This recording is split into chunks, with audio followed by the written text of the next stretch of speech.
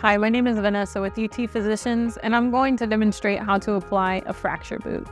When you're getting into a boot, you want to always make sure that your heel touches the very back and bottom of the boot. That will ensure an accurate 90-degree angle, which is a good routine healing position. You're then going to lay down the flaps, and then this plate lies right on top. Once you got your plate on top, you're gonna go ahead and pull the straps through and make sure you get a good snug fit. Not too tight. We don't want you to compromise any blood circulation.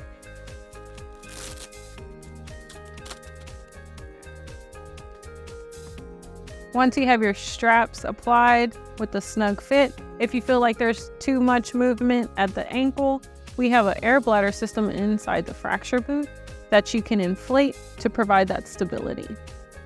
This dial has a number 1, a 2, and a lock. The number 1 is going to control the side of the boot that has a 1. 2 will control the opposite side that has a number 2, and then there's a lock. So when you go to inflate the boot, you're going to go to each one individually.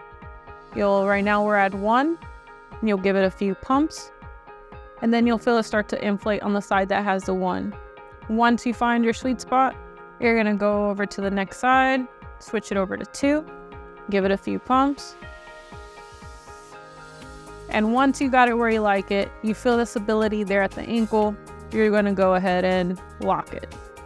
Now, if you overinflate and you're starting to feel some pain from it, too much compression, all you have to do is deflate by going to each one individually. We'll switch it over to 2. You deflate with this little button, just hold it down, and then it'll release the air. Switch over to 1, hold it down, and it'll release the air. Now, when you're using the fracture boot, the sole of the fracture boot is pretty high up, so you need to ensure that on your opposite foot, you're using a tennis shoe that has a high enough sole. If you don't have one, you can always get an even up or a heel lift to evenly balance you out. One common mistake that people tend to do is they want to lock out the knee and then pull the leg forward. Never do that. You want to do your best, if you have that permission from your provider, given the extent of your injury, to walk heel to toe. So this boot has a rocker bottom, which helps to allow you to walk heel to toe. So never lock the knee, try to walk that normal gait heel to toe.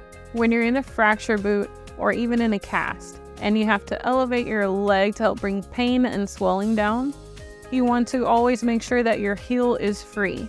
Never resting on the bed, on a pillow. What happens is that you're applying a lot of pressure down at the heel, and that can increase a risk for a pressure ulcer. Another thing, when elevating, you want to start the pillows up at the hip, work your way down in an incline. That can help relieve lower back pain that people tend to get when elevating, and also can relieve pressure from the lower part of the leg. And just a few things to remember. 1, always make sure that your foot is in a 90-degree angle by having your heel located at the very back and bottom of the fracture boot. 2, utilize the air bladder system for added compression and stability. 3, always walk heel to toe when given permission from your provider.